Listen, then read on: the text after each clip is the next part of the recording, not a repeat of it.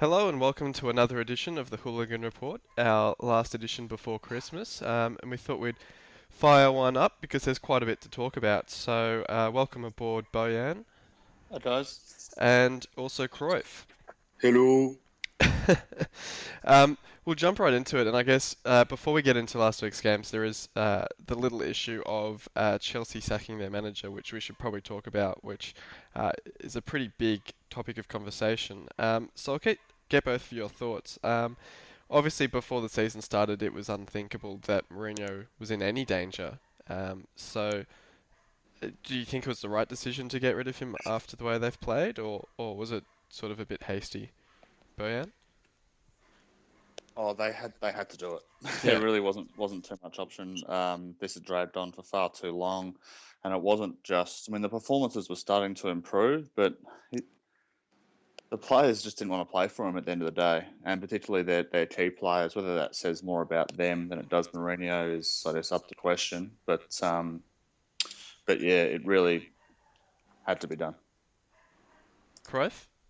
Yeah, it was just I'm more surprised at how much they actually crumbled, and I'd love to know what actually happened and why the players sort of revolted against him and why they stopped trying. But I think the right decision was made because he wasn't getting the results, and the players clearly weren't playing for him. So it seems like the right decision.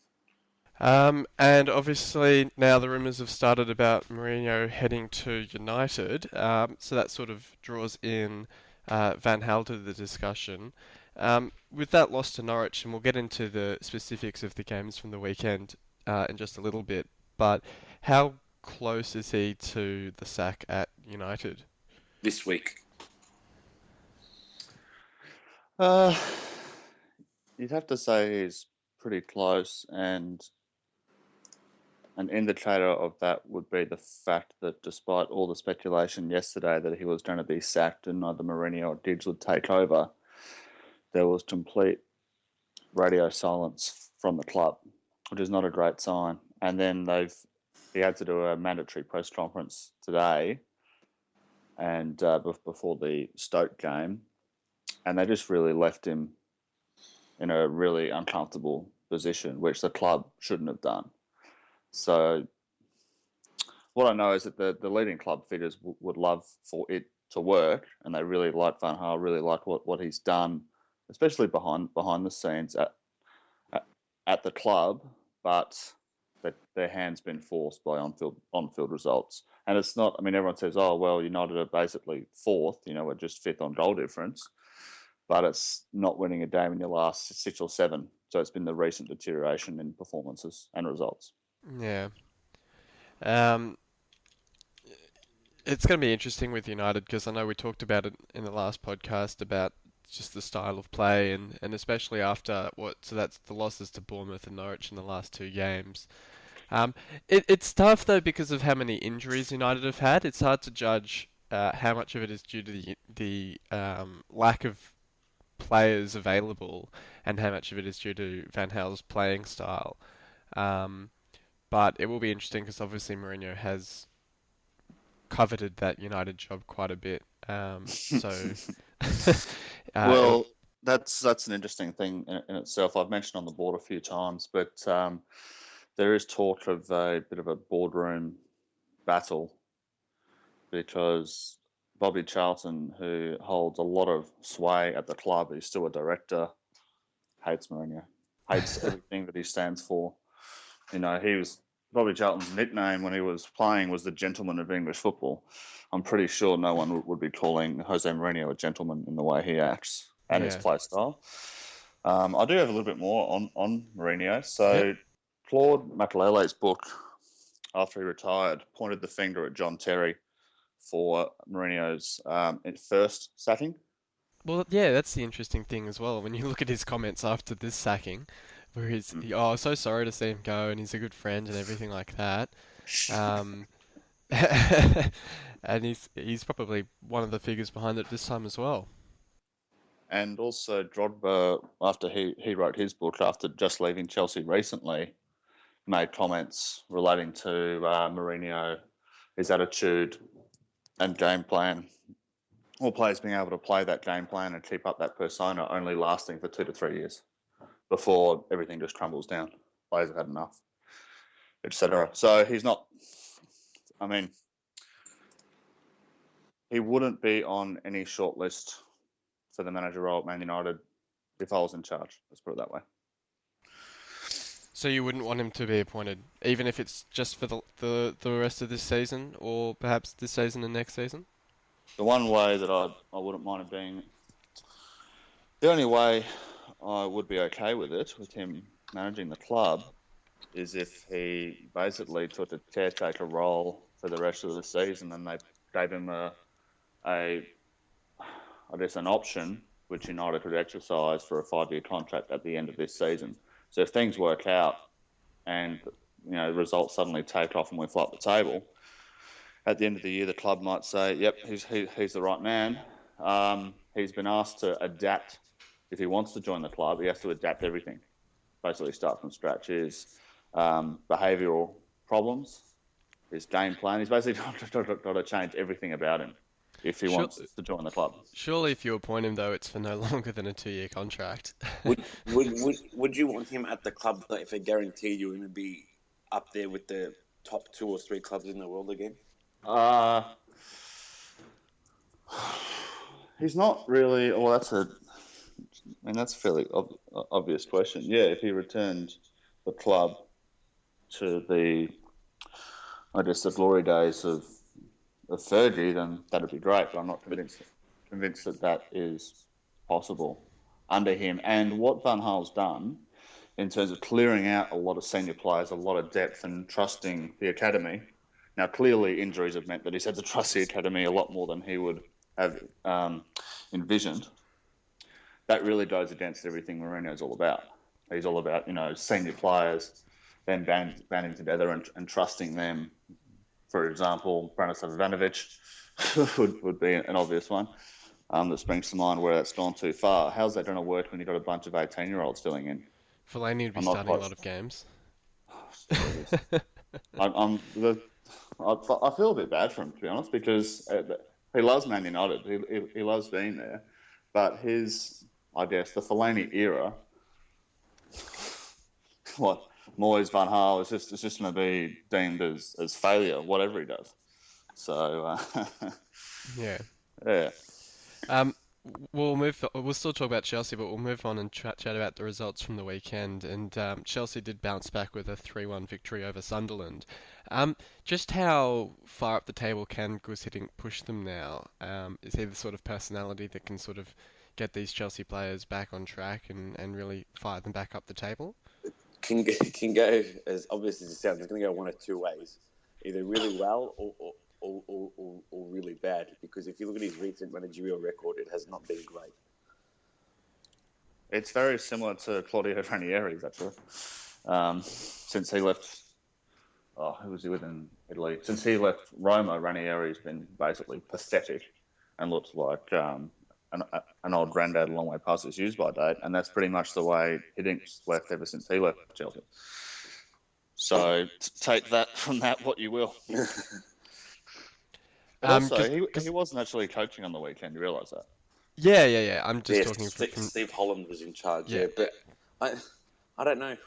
Hus was terrible with Russia, and I can't remember if he managed any clubs. Obviously he has, but I can't think of who they are off the top of my head. But he's not what he was, say, 10 years ago, sort of thing. He failed. Didn't Holland fail to qualify under him for the Euros? He got sacked. Yeah, exactly.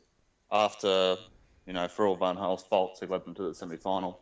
And then Hiddink took over after. And I think they finished second bottom of the group and he got fired. And Danny Blind took over with 2 games to go. Yeah, so he managed Turkey, then he managed Anji Makachkala or something. I assume that's a Turkish club. Russian. No, Russian. Very, very rich. Oh, right. I've never heard of them. And then the Netherlands, yeah. Etu played for them and it was on about 5%. Ah, right. Yeah, he had a 53% winning record with them. It's not too bad. Well, that's like having, I guess, managing... Yeah, fair enough. Real Madrid with the 50% winning record. Yeah. Hi, Benitez.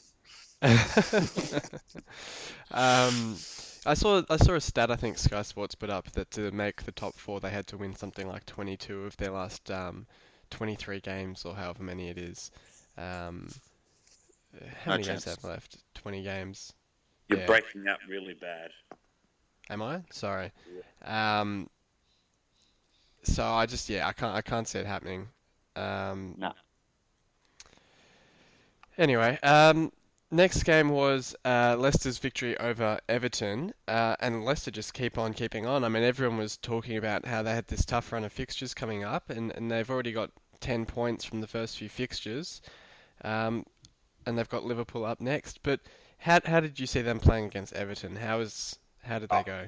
It was an entertaining game from both teams. I think it could have gone either way, but as you said, they just keep on keeping on, and all credit to them and Ranieri and the way he's got them playing, and the players obviously have a lot of belief in each other and their teammates, and it's shining through in this so-called tough patch. Um, are they legitimate title contenders now? I still say no. Yes, they are. So why do you say they are, Bojan, and then why do you say they aren't, Cruyff? Well, they are. They are because they're top of the league, and not only are they top of the league, they've been the best team this season by, well, quite comfortably. And I know, obviously, Arsenal are having a great run, but the consistency of Leicester and consistency of performance, so results and performance, means you've got to count them in as a title challenge. I mean, the only thing I can say that would say that they're not a contender is the idea that, you know, they shouldn't be there in the first place and they're going to effectively drop off, or they might get an injury. But if they can remain injury-free, why not? Cruyff? Obviously, it's going to sound very dumb for me to say no that they're not, considering they're top of the league and the point Bojan has made. No, it's good to have contrasting views. A bit of conjecture.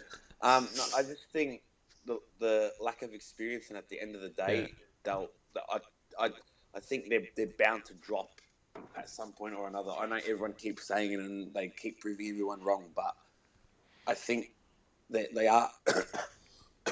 Sorry, they are quite inexperienced.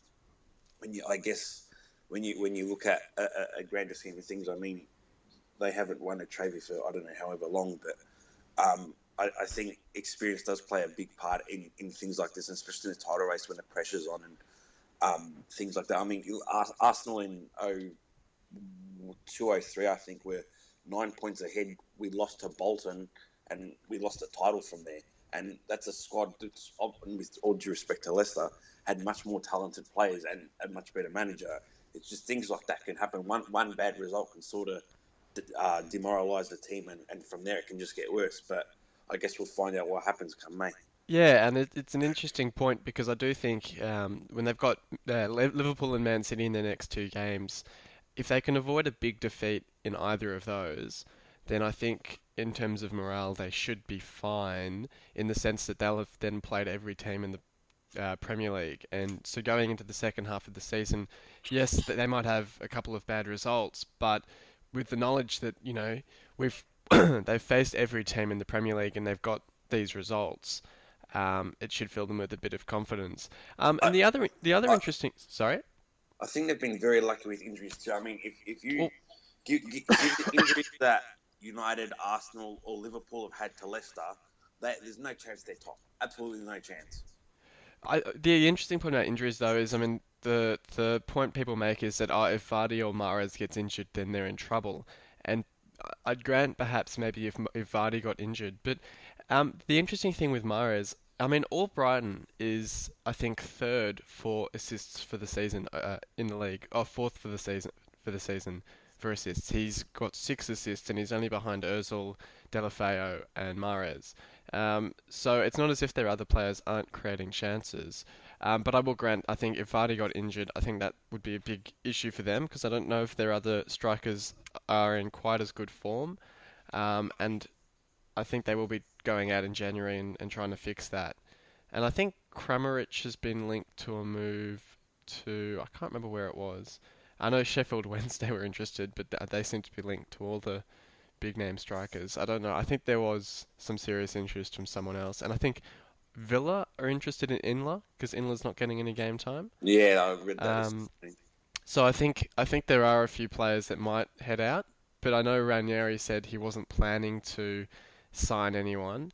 But if anyone leaves, obviously he'll look to strengthen. But if they fix up their defense a little bit, if they bring in maybe another striker or two, then perhaps depth stops being such an issue for them. Um, but yeah, it'd be Jermaine very Defoe would be quite good there. well. I think Big Sam's been told he has to sell before he can buy, so that could certainly be an option. Don't you think he's kind of perfect for that kind of role? He's obviously not at these days at the same level of that Vardy currently is, but he's not a too dissimilar kind of striker. Well, yeah, and I mean, but you'd want a striker who's a bit dissimilar to Vardy because if you, I mean, we were talking about Long on the board yesterday because apparently they've been linked to Shane Long, and he's very similar to Vardy, and I would have thought you'd want someone who's a good foil for Vardy, someone like a, not that they would get him, but someone like a Pella or someone who would hold the ball up and actually Target man. bring him in. Yeah, exactly. Target. Get it. I You know, disagree entirely. Emil Heskey's playing for Bolton. I totally Really? disagree. So You don't- if we're looking at because they're not trying to change their formation now. It's the top But of the they're league. playing two I'm, at the top. I'm surprised they're not in for Charlie Austin, to be honest. Well, yeah, they might be. I mean, but yeah, and they are playing two at the top. They started Ujoa against Chelsea. Yeah. So if you're bringing, and Ujoa is essentially a target man. So if you upgrade Ujoa, Okay. but yeah, I sometimes they do play one up front, in which case you would want someone who can replace Vardy if he's injured, like a Shane Long. Well, that's what I'm saying. Yeah, If yeah. we're saying that an injury to Vardy will completely derail their season, then someone like a Defoe or someone in that role, maybe even Jose Perez from Newcastle, would be good just to come off the bench, and then if Vardy does get injured or he needs a rest, you can still play the same way. But yeah, if they can get Graziano Pella instead of Ujoa, absolutely do it. But Or I can't doubt it. nah. That was just Shane an example of Long, the yeah. style of player. Yeah, if they could get a Shane Long, I mean, from memory, I don't think he's played that many games this season for Southampton, so he may well be in the market for a move. I don't know. Depends what his wife wants, because she seems to dictate wherever he goes. Um, because she never wanted him to move to Hull in the first place. So he was up here for 6 months, and as soon as Southampton came in, he was happy to stay, but she said, no, I want to move down south, and off he went. It's a problem that all the northern clubs have. Yeah, It's yeah. a massive problem. It is tough retaining players. Well, we've then got United's loss to Norwich to chat about. And we've already touched on this a little bit. I think the stat was that this is the first time Norwich has beaten you at Old Trafford in the Premier League. Very well taken goal by Teddy, too. Yeah. Lovely finish. I can't believe JD thought that was De Gea error. It was just. Was that a the second smart goal? finish. Yeah. Oh, yeah, I don't know. I mean, I felt like it was getting caught out at the near post. I felt was a little bit weak from him, but it was a good finish as well. It was very Michael Owen-esque in the way that you don't set yourself to shoot. You shoot early, which catches the goalkeeper off guard. But yeah, look, they deserved it. So there's not really much I can say. Yeah, it is first time we lost in the Premier League to them. First time, I think it was in 35 years. We've lost at Old Trafford to Norwich. And there's really nothing to be excited about outside of Junior Pele, the Golden Boy. It was a pretty scrappy goal as well. What a terrible nickname that he's got from the board. Absolutely woeful. It's from Faith. What do you expect? You keep repeating it, which is alarming. He's really on a completely different level to the rest of the squad. I mean, There was an article that I think on rewrote it. How he'd play Marshall as a 9. I didn't read it, but it's like I'm going to say Henri's going to know what he's talking about, even though he's not a manager. He was a world class striker for quite a long period of time, and Marshall is maybe he's not being played in the right role, or he's suffering from poor teammates, or it's a combination of both. But I mean, he's obviously got the talent and the ability to shine. Yeah. I'm really excited to see how he'd go under a more, I guess. Yeah, and Van Gaal's tactics are obviously stifling your whole attack, really. Yeah, when the opposition have the ball, our strikers push out to the fullbacks, so they're on completely either side of the pitch. So when the ball's turned over, there's just nothing going forward. So there's no counter attack, which is what someone of Marshall's speed and ability is perfect for. There's no potential for counter attack, and then we play the possession football for 5 minutes every time we have it, and the opposition just sit back and try and hit us on the counter attack. So there's no doubt the tactics aren't suitable for him. But yeah, for anyone that's seen him this year, he's been by far and away, well, along with Chris Smalling, easily our best player. And I know it's early, but I have no concern about that transfer fee whatsoever. How much did you pay again? 36. 36. We don't have to stump up another €5 million at the end of the season because the Golden Boy was one of the bits in his contract. So go up to 50 or 51 or something based on.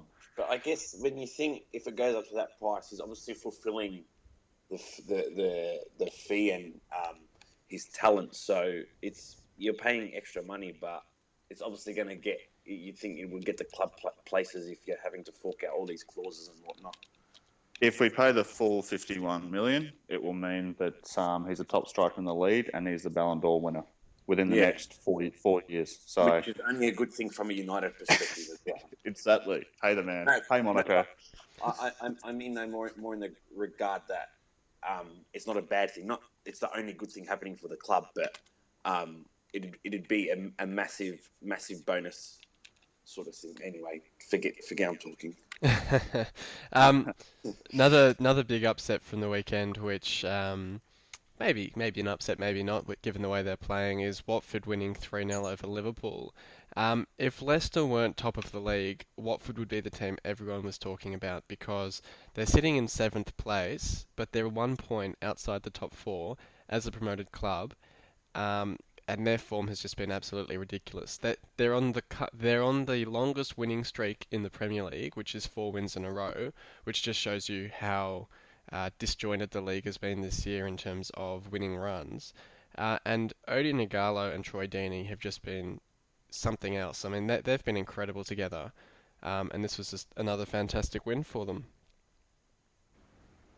Definitely. I mean, they're on fire. And they're a terrific team to watch, and I mentioned it a couple of weeks ago, but can you kind of see the York and Cole comparison that I was making? Yeah. Between that relationship, it's just like them on their own just completely tore Liverpool to shreds. Anytime Deeney kind of drops from the number 9 position back to number 10, gets the ball, and he doesn't even have to look up. He just knows the space, knows where Ighalo's going to be, puts it in there. And then he doesn't look strong, but he pretty much manhandled Martin Skrtel and Saka for that second goal, yeah. They went into beast mode. Yeah. Well, to be fair, they've been like that since the start of the season. They're still flying under the radar, and they're looking at strengthening in the transfer window. I know that Iturbe. Nah, he's signed with Bournemouth. Yeah, I know. I posted that. But that's the caliber. Yeah. That's a transfer for Iturbe, but that's the kind of caliber of player that we're looking to bring in January. Yeah, I mean, that second goal just sort of typified the way they're playing, and the flick over the top from Deeney, and then just Ighalo beasting Skrtel off the ball, and you just think, it's just incredible the way that they're playing at the moment. It's not even at the moment. I mean, Ighalo's got the most goals in 2015 across England, so he's been doing it for 12 months now. Just as a smoky for the United job. Yeah. PJ Sanchez Flores. Oh yeah. He has managed at the highest level before. Yeah, Valencia. They have the best defensive. I think they've got the best defensive record in the league, or top 3 or 4. Yeah. in the lead. He's obviously got a couple of forwards. Well, hey, they score goals, and that's better than we're doing at the moment. So, And to be honest, I mean, the way that Watford seem to manage their club, that he probably wouldn't be there for that much longer anyway. yeah. So Well, if they they might. got top, if they got top four this year, Watford, and then next year got bundled out in the group stages and finished fifth, you probably get sacked. But Watford are sort of, they're like the Palace of last season, I guess, or Southampton of 2 seasons ago, or last season, whatever it was. I mean, they're sort of just up there, and nobody sort of expects them to be up there, and they're doing very well. And I think a lot of neutrals like them too, that these sort of promoted clubs come up and do well and don't sort of roll over and win sort of 3-4 games of the season. They go there, they fight, they play, and they're entertaining to watch.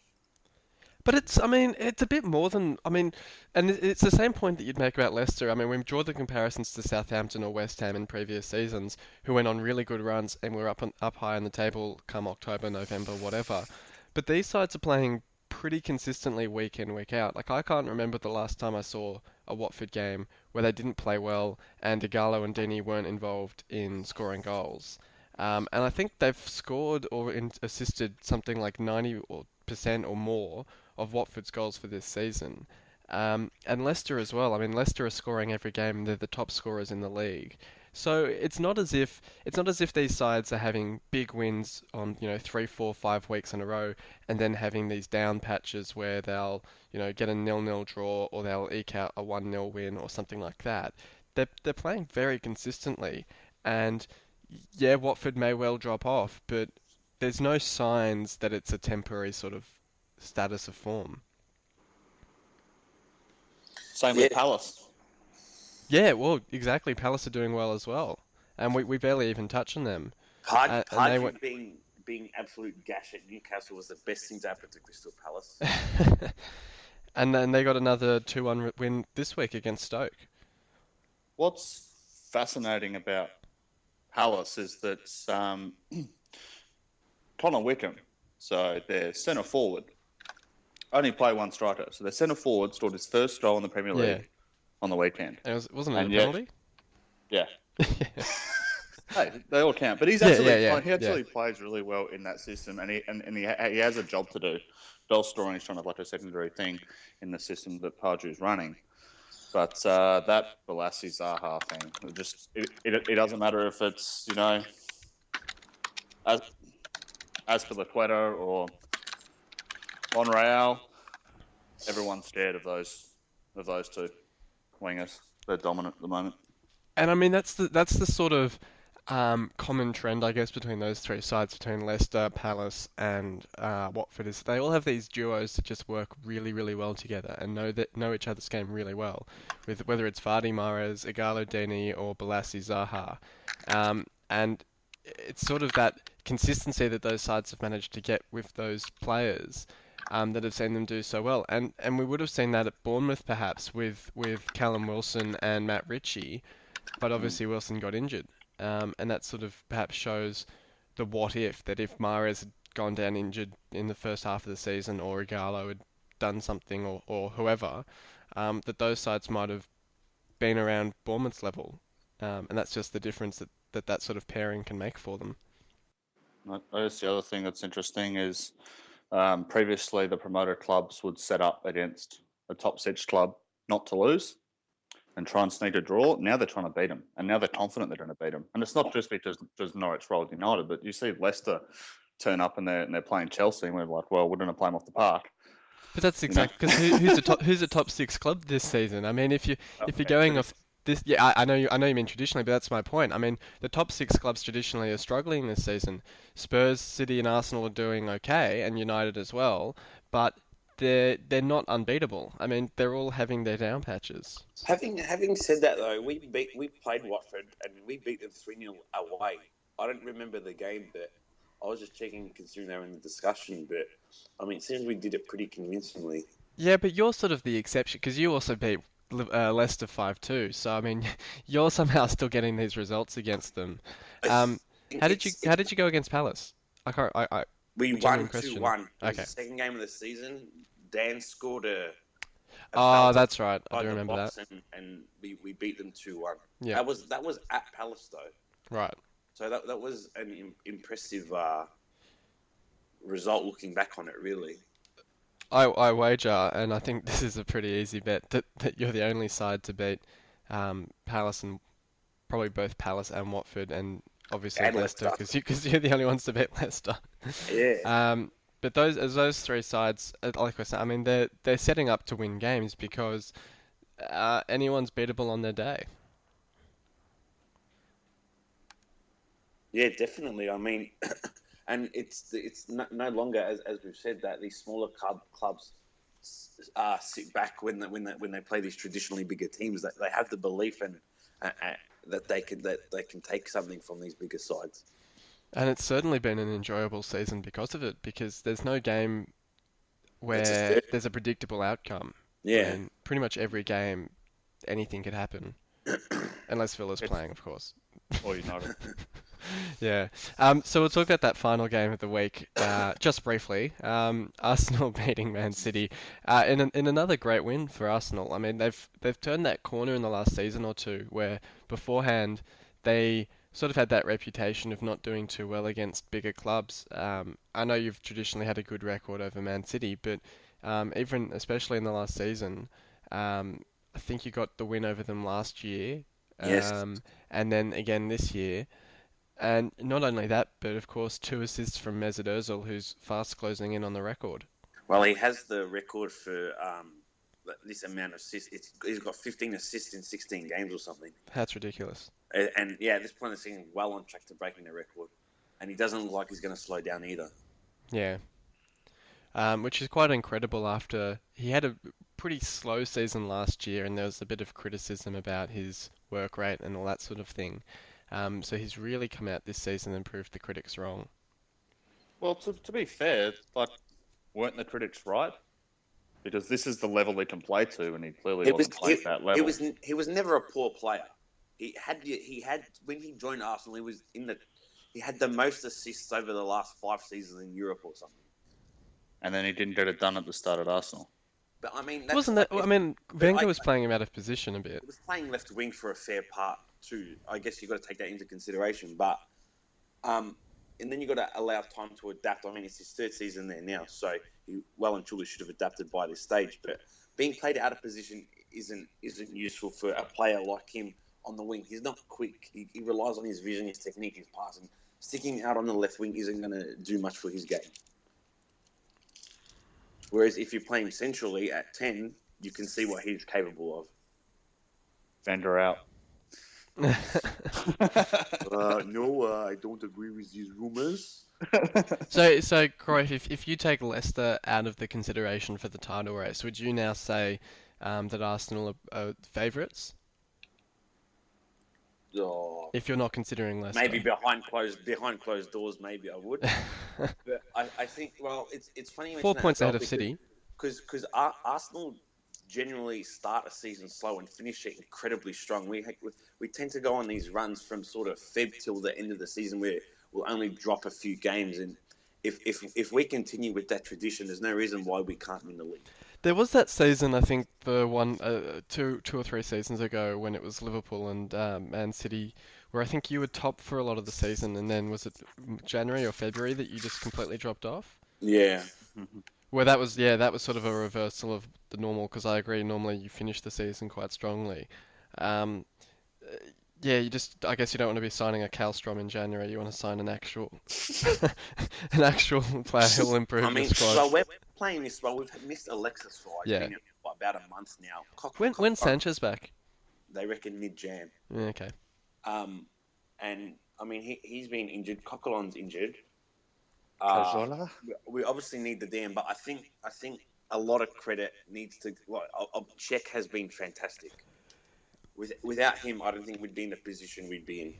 Well, what was the quote in pre-season? Did he win you 5 or 6 points or something like that off his own gloves? Well, he's worth 12 to 15 points. Yeah. But I think John Terry said that. Yeah.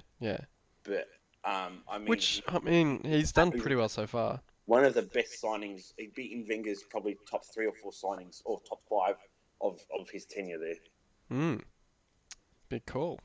can I just ask Cruyff? No. You mentioned that Leicester don't have the title-winning pedigree or experience. Can you Yes. expand on Arsenal's experience and title-winning pedigree? How, No, how, I'm serious. I'm serious. Yeah, yeah. how many titles has our manager won? Manager, but how many? How's 10 years?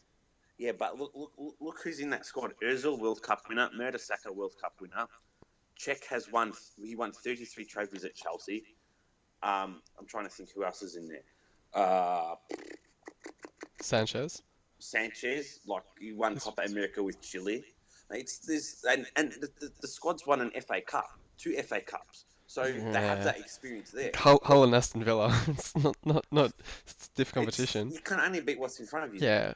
And the team did that twice in a row. Yeah, Leicester are beating who's in front of them. So exactly, but I mean, shut up. I mean, and look, if you look at this objectively, though, you put Arsenal squad against Leicester's. Who starts for Arsenal? Sure, but that's not the. Better. We're saying that you've been choking it up for the last 10 years. Why is it going to change, and why can't Leicester sneak in there? There's no. Well, I just don't think they'll do it. It's just a personal opinion. I mean, we can disagree. That's fine, but I just don't think Leicester have the credentials come sort of March, April when things start getting really heated up that they can sustain that. The interesting thing, though, that you mentioned Wenger, and it's an interesting point, and I think we talked about it a few weeks ago, that it's actually quite funny that with Ranieri in charge, everyone was quite critical because they thought he wouldn't be able to handle a relegation battle. But he's almost the perfect he's the perfect manager to have in charge for a title challenge because he's been there and done that where he hasn't actually won the title, but he's done quite well in Italy. So if you want to talk about Wenger's experience and Wenger's ability to get the best out of the players in a title challenge, Ranieri is another one who can certainly do that for Leicester. I agree. I mean, the players themselves might not have the experience, but they've got, Christian Fuchs, they've got Inler, they've got guys like that who have, Schwarzer even, who have been there and involved in title challenges, who would be able to help coach the rest of the squad. Yeah, and that's not unfair, but I just think that maybe when things really matter, Leicester might fade away, or it'll be interesting. As I said, an injury to Mahrez would be absolutely devastating for them. Yeah, I mean, I'm not as convinced that Mahrez is the important one. I think Vardy's more important. Albrighton and Either Drinkwater. Or though, like sort of Vardy, Mahrez. Yeah. As I said, if you give Leicester the injuries that Arsenal, United, or Liverpool have had, they would not be top 100%. Oh, sure. I mean, they're a promoted club. They don't have the sort of quality and depth that those sides have. But that's the exact point. That the fact that they've managed to keep their squad so fit and healthy is actually one of the things keeping them in it because they do have that depth to call on that the other sides don't have because of their injuries. Yeah. So if they can keep everyone fit for January, February, suddenly they become a real contender because they've got that ability to rotate the squad, and they don't have European competition to compete in. That's the big benefit for them. I think that they don't need to worry about these midweek games, sort of February, March sort of thing, where clubs in the Champions League do, and you need to sort of rotate and balance your squad. It'll be very interesting to see what they do in the FA Cup because I think they'll do what they did with the League Cup, where they'll basically play a second 11, and their second 11 was still winning them games against a full-strength West Ham. I'm sort of glad that we drew Barcelona because Arsenal, let's be honest, they don't stand a chance to sort of win the Champions League, and I'd rather get knocked out early so we can just focus on the league and potentially the FA Cup.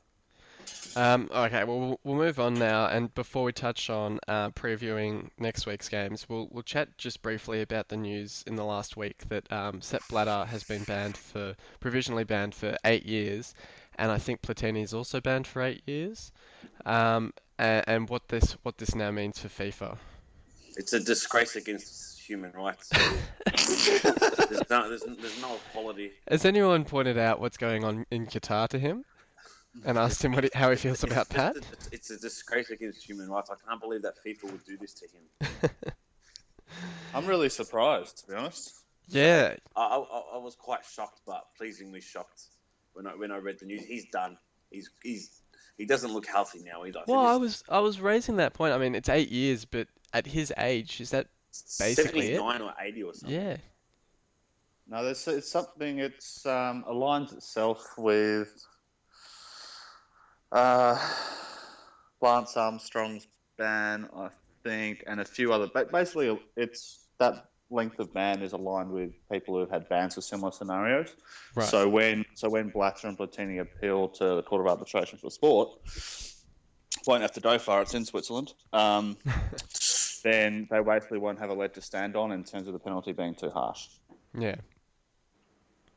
But it's 100% deserved, and I think Luis Figo actually pulled out of the race for presidency. But maybe with Platini and Blatter gone, he might put his name back in the hat. And then the inevitable question that gets asked, and I probably know the answer, but I'll ask it anyway. Does this have any impact on where the 2022 World Cup is going to be held? Bloody hope so. Well, you'd hope so, but you don't know these days now. Yeah. There's still work to be done because, until the FBI really goes through FIFA with a broomstick and, because it's not just Blatter and Platini.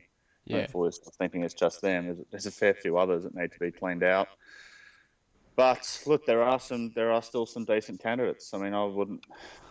Yeah, there are some good candidates for the role. Maybe David Gill, who's very highly rated and respected. I know he's a former United man, but he's got dignity, that's for sure.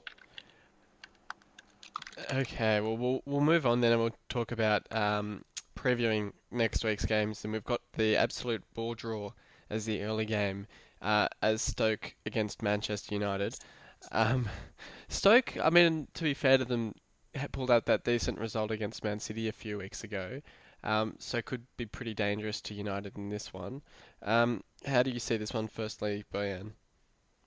I'm worried, mate. I think this should be the end for Louis, because I'm assuming Cameron Borthwick-Jackson, who I like, and he's got a lot of ability, but people don't realise that when they're kids, they're going to take 10 to 20 games to find their feet in the comp at 17, 18 years old.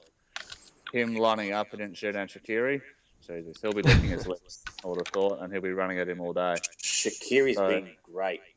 Oh, well, he was bloody piss poor at the start of the year, but he's really come good in the last 5 to 6 weeks, so I can see that continuing. We're going to struggle.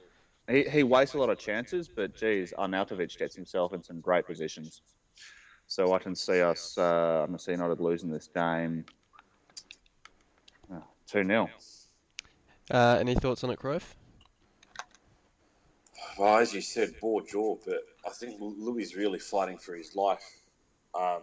They need to go and attack, but Stoke aren't sort of that team they once were under Tony Pulis, and they play all right under Hughes, but I think the wingers for Stoke are the key for them in this game. And as Bojan pointed out, Shaqiri will be licking his lips at the prospect of facing United defence. Yeah, I might say... I'd go Stoke for the win. Yeah, I think Stoke maybe 2-0, like you're saying, Bojan, maybe 2-1. I think maybe Martial might get on the score sheet again, if anyone does. Villa at home to West Ham, and I looked at the tables the other day and didn't realise just how off the pace Villa are at the moment. I mean, they're 10 points from safety. And they're 5 from 19th as well. Yeah, I mean... Rubbish. I mean, if they lose their next couple of games, they're almost a certainty for relegation in January. West Ham haven't been great lately without Payet, but he's apparently going to be back for their game against Liverpool. But you'd fancy West Ham for the win in this one, wouldn't you? Have West Ham been that good though without? But that's what I'm saying. Yeah, so they've been poor without Payet. I think they've got 4. But it's Villa too. 4 draws and a loss, I think. Yeah, so you'd think that against Villa they might be able to get the business done, but I don't think it'll be an entertaining game by any means. Maybe a 1-0. Yeah. Yeah, I'd agree with that. They don't concede often. West Ham, so I can see them sneaking a very, very boring 1-0 win. And on Villa, Randy Lerner's given he's going to open the checkbook for Remy Gard. And I can tell you right now that when Villa inevitably go down, that he's going to be in charge of the rebuilding process. So they've come to terms with that. Yeah, well, I think he's actually said that he'd be happy to stay if they get relegated, and I think having that consistency is good, but who was the other club that had that happen? I think was it Fulham? They brought in Felix Magath, and then he stayed with them when they went down, and he didn't fare much better in the championship. But yeah, it's going to be tough for Villa. They're actually playing some decent stuff. They just don't have the cattle. Oh, I mean, Sinclair has looked really good for them, and also Ayew. I mean, Ayew's come good in the last few weeks, and I think he was the one that was starting to come good just before Sherwood got sacked. Where he scored a fantastic goal on the weekend. Um, Brilliant hit. He scored a beauty against Swansea. Oh, was that the game I'm thinking of? Was it the Newcastle game? Yeah. No, the Villa goal was the IU goal was a great goal this weekend. Weekend just passed. Yeah, that's it. Against Newcastle, he scored a great one as well. And yeah, and he scored a good one against Swansea as well, actually. Yeah, so it's gonna be interesting for them.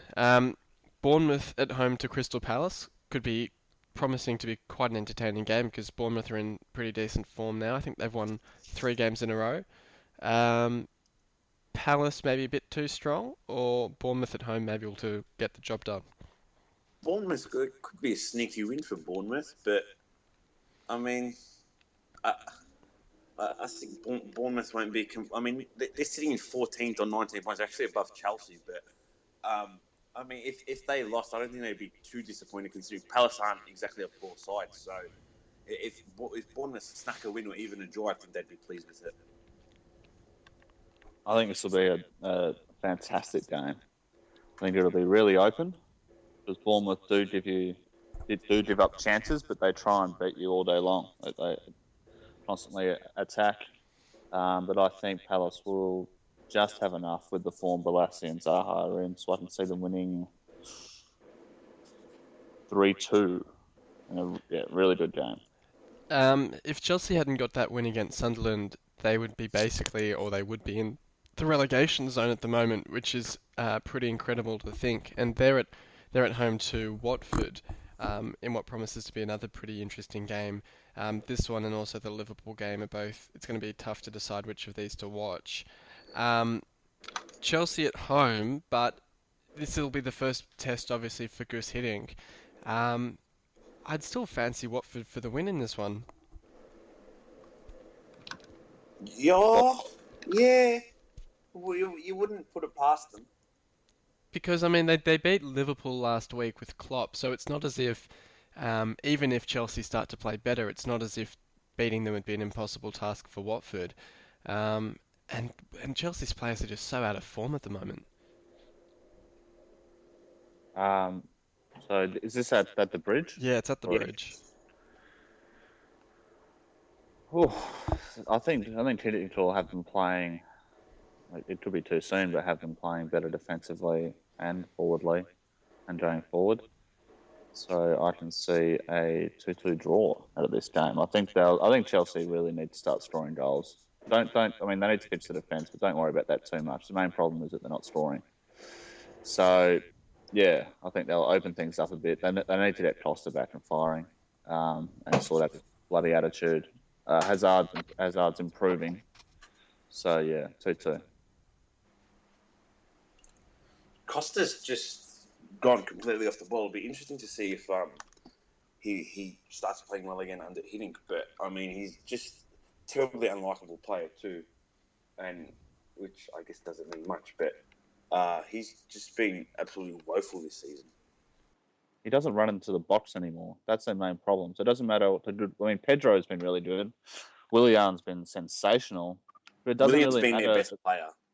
Yeah, but it doesn't really matter if these guys are, beating a couple into the byline because they look up and there's just 4 opposition defenders in the box and there's no one making that late run. And Costa scored the bulk of his goals, from my memory, last year at the near post. Yeah. So someone would go down get to the byline, flip it in, and he'd beat his defender to the near post. And and score, and he's not doing much at outside the box. So they really need to get him firing going forward. We've then got Liverpool at home to Leicester, and if you believe some people on the board, this is guaranteed 3 points for Liverpool. Isn't it ridiculous, honestly? Yeah. Isn't it absolutely ridiculous? Would Leicester be? Would you have Leicester as clear favourites in this game? I'm trying to think because I wouldn't say clear favourites because it's at Liverpool, but I think they deserve to be favourites. Leicester should be favourites just based on where they are on the table and the way they're playing, and Liverpool coming off an absolute flogging. And although in typical being Liverpool style, I think that if they were fully fit, I probably would tip them to be honest. But Sacco was so far off the pace. If he doesn't, they really need him to regain his form as soon as possible. Sturtle's out. Is Lovren injured? Yeah. Does it make a difference? Yeah, but so it's going to be Toure coming in for Skrtel. Well, on the weekend when Sturtle went off, they put on Chandler, didn't they? Origi, and no, they put Lucas as centre half, Chandler holding midfield. So I don't know whether, and they left Toure on the bench. So that might have been because they were already down and had to chase the game. But I could definitely see, I can see Klopp wanting a ball playing centre half. Yeah. To come in there, so I could see Chan playing there on the weekend. But I think, given Sacco, and he's not back to full fitness or full form, far from it, and a makeshift centre half pairing, I can see Leicester winning 3-0. Well, with no beast mode there, the Liverpool might strike it. Isn't this whole thing under Klopp? Isn't it all just a bit of a wank fest, really? Just the same amount of points to games average as what Rodgers. Sure, but I mean, Rodgers shaped the squad, and Rodgers had the pre-season. I think people are being a bit harsh on Klopp if they're expecting him to magically turn Rodgers' failed signings into brilliant players. No, of course. And he's already done that with Origi. Origi's looking a lot better. But the way people go on about Klopp, it's like he's the second coming of bloody Jesus or something. Oh, I mean, they were doing that when he was first appointed, but I think it's all calmed down a bit lately.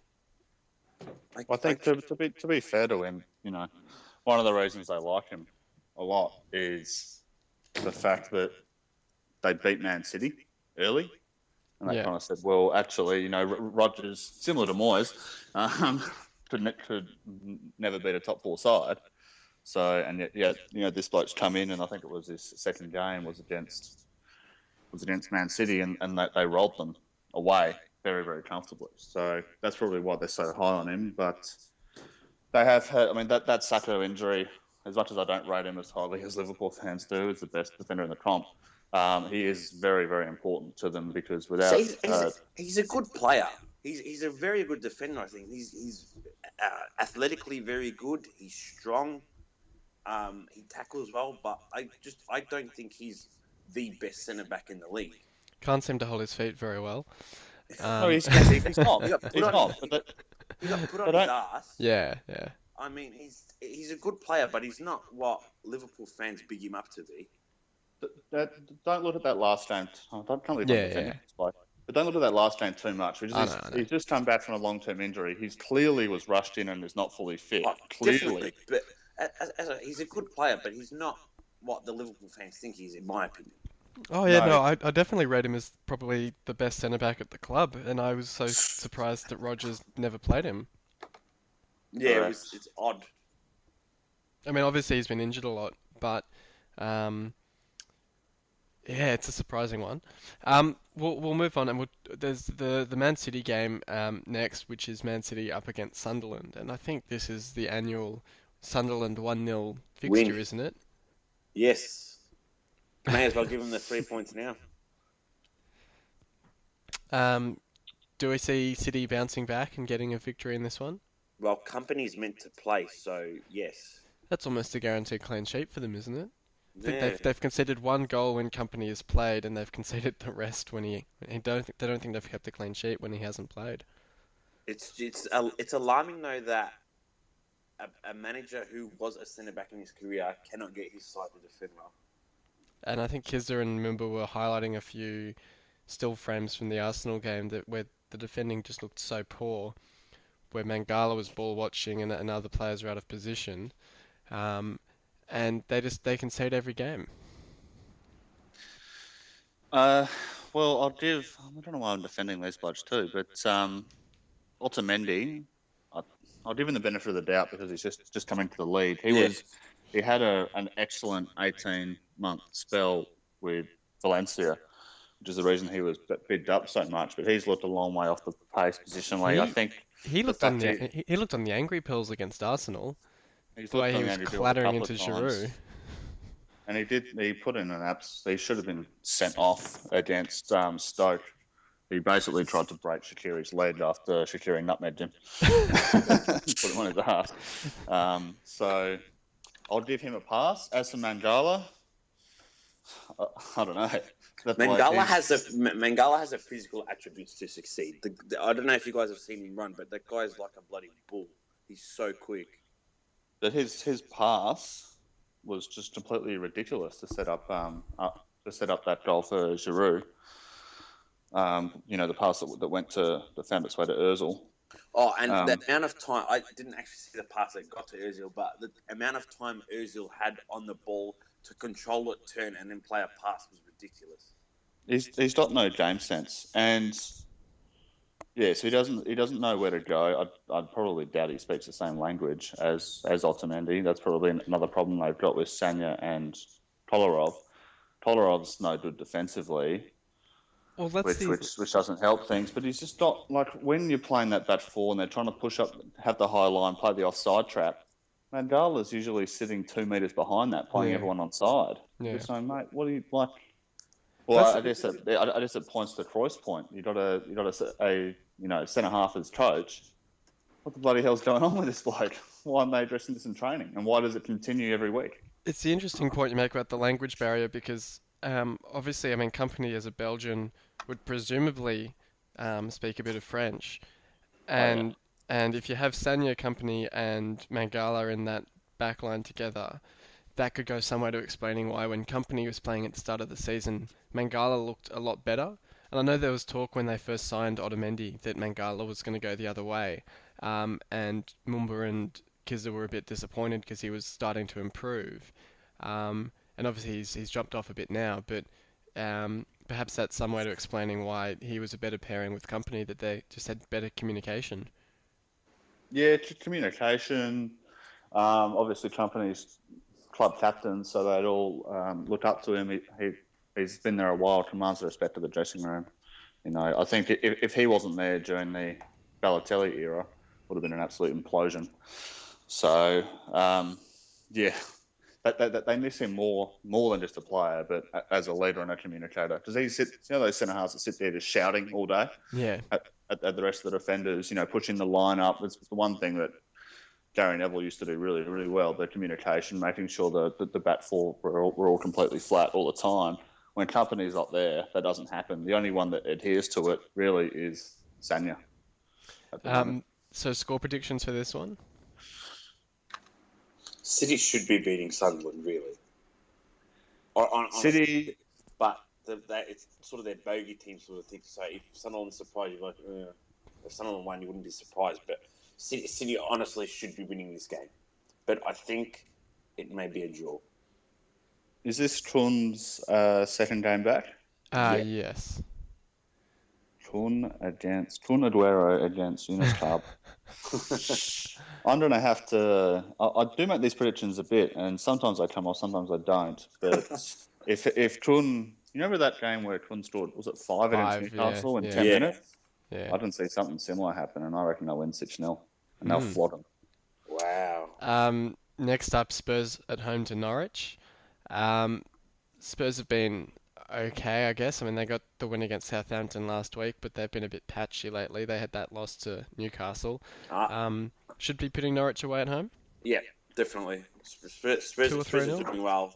They went, I think they were 11 unbeaten or something, and since they lost that on the opening day. But I mean, they're playing quite well. They're churning out results too. So you'd think they should be winning at home, especially.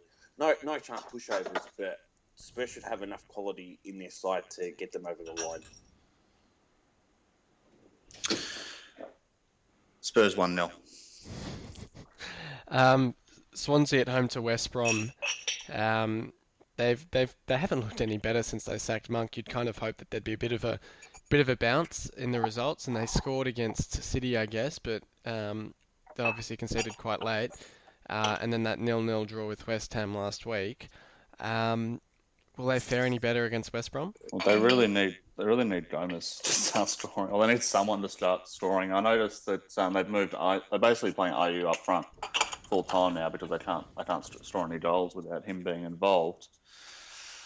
Against West Brom, they've been pretty solid defensively. I mean, under Pulis, it's a very pragmatic style of football. But and Darren Fletcher has been really good for them this year. But I don't know about Swansea to win 2-1 and with Gomez and IU scoring. If they can get Gomez fit, firing like he was at the start of the season, they'll be safe, no worries. But they should buy a striker in January. Can they get him firing though? I don't know. That's why I said if. But they have played better under the caretaker than they were under Monk, and at least they've kind of stopped getting flogged. So that's something. Cruyff, do you have a prediction? 1-1. Newcastle at home to Everton could be a pretty entertaining game. Everton scoring quite a bit lately.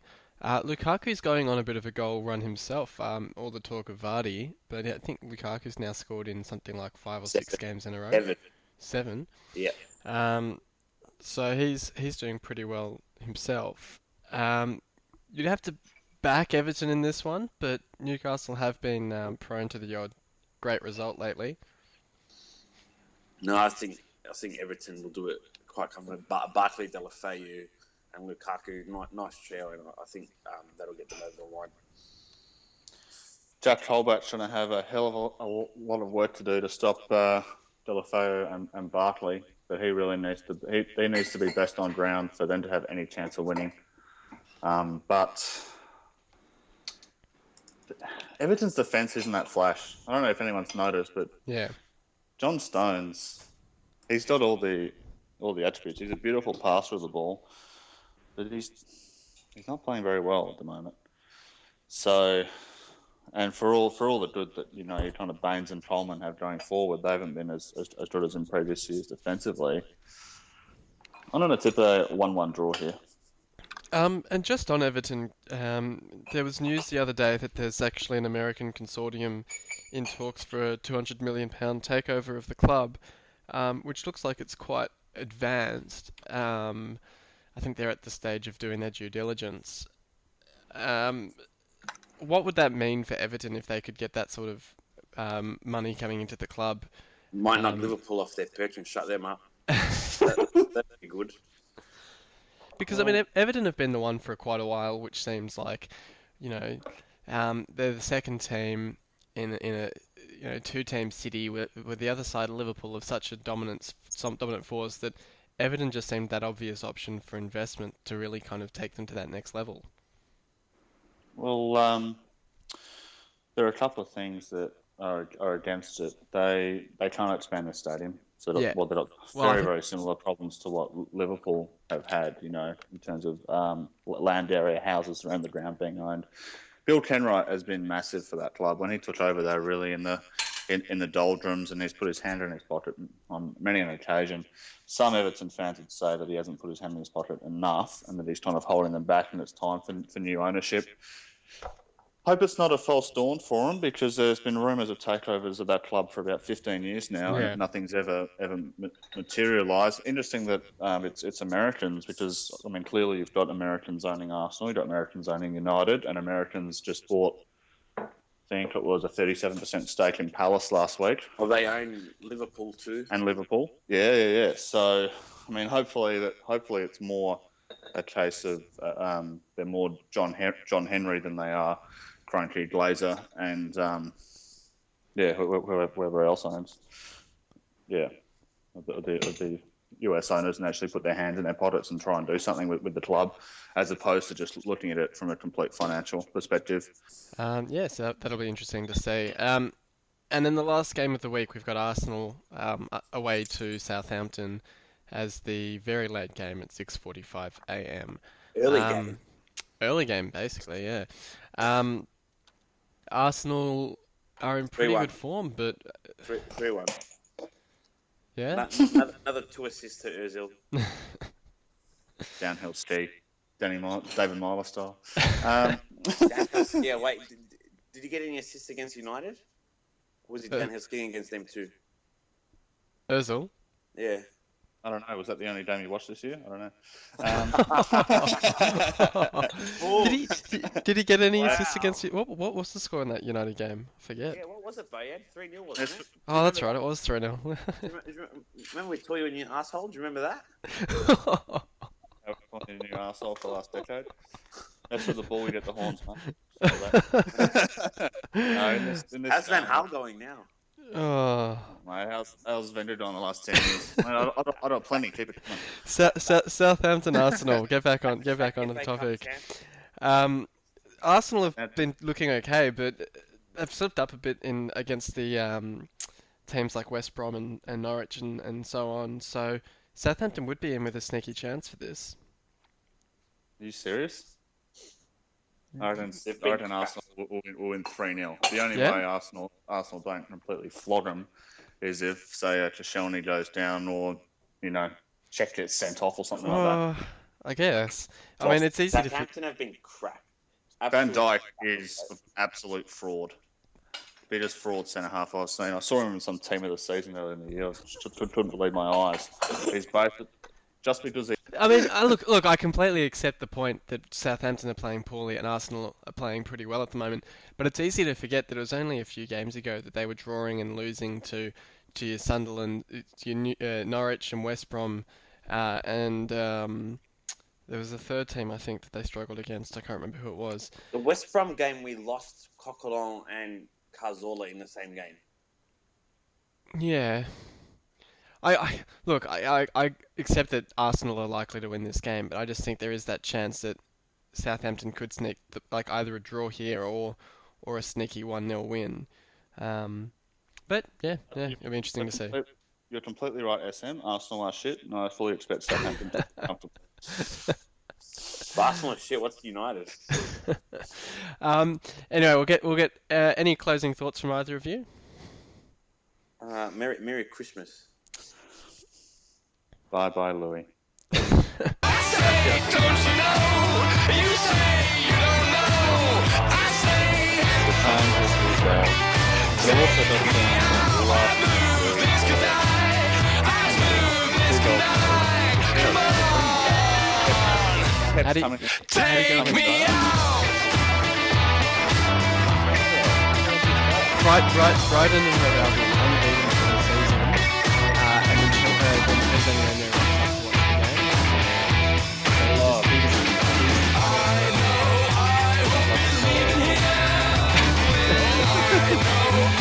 So well, I should say Merry Christmas